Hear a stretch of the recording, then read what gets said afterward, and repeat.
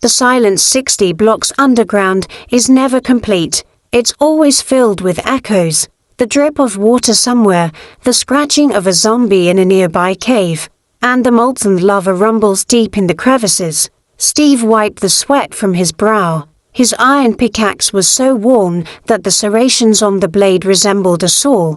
He'd spent the last 30 minutes gnawing his way through the hard shale until finally, his torch snatched the coveted glimmer from the darkness. A diamond, just a single vein.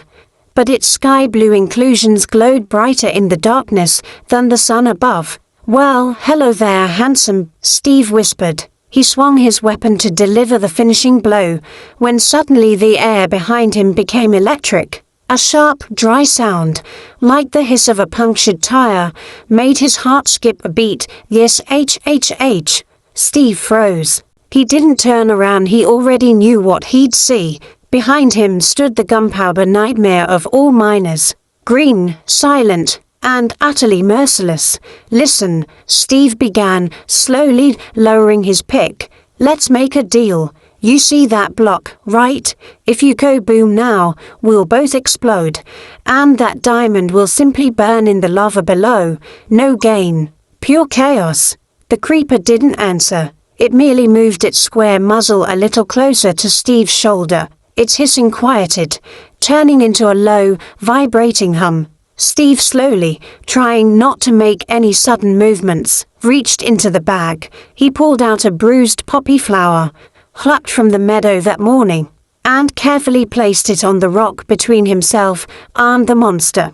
"Peace?" he asked hopefully. The creeper looked at the red flower, then at the diamond, then back at Steve. A deep, existential sadness was reflected in his empty eyes for a moment. He took a step back, spun on his four short legs, and silently disappeared into the darkness of the tunnel. Steve exhaled.